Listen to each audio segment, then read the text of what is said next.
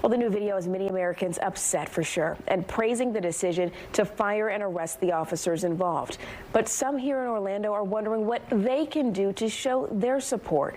Fox 35's Matt Trezor is joining us live in Orlando this morning. And Matt, we spoke with those who were heavily involved in organizing local protests following the death of George Floyd back in 2020.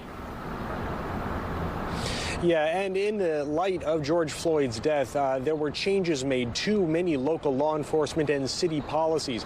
Here's a look at a few of them. In response to the city's protests, Orlando Mayor Buddy Dyer and the police chief at the time, Orlando Rolone, announced a community trust and equity initiative. Orlando police banned chokeholds and no-knock warrants. They put together neighborhood patrol units with a diverse team aiming to connect with as many people as possible. Police also hired mental health professionals to respond to people in crisis and appropriate cases, and they started a junior reserve law enforcement course at a local high school. The local activists say in the wake of Tyre Nichols' death, the focus should be on the police use of force. Any people from any community, from any culture, given the right circumstances, can abuse their authority. And that's what we have, plain and simple, here.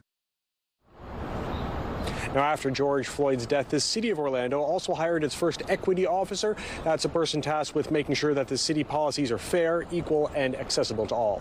Live at City Hall in downtown Orlando, Matt Trezor, Fox 35 News. President Joe Biden shared his thoughts on the video, writing, quote, "Nothing can bring back Mr. Nichols to his family, but his whole family deserves a swift, full, and transparent investigation."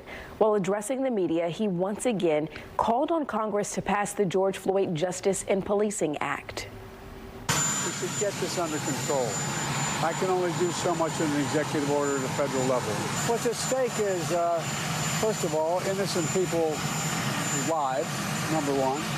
Number two, it has a lot to say and do with the image of America. And here's what Vice President Kamala Harris had to say. She writes, quote, "The persistent issue of police misconduct and use of excessive force in America must end now. I join President Biden in his call for accountability and transparency."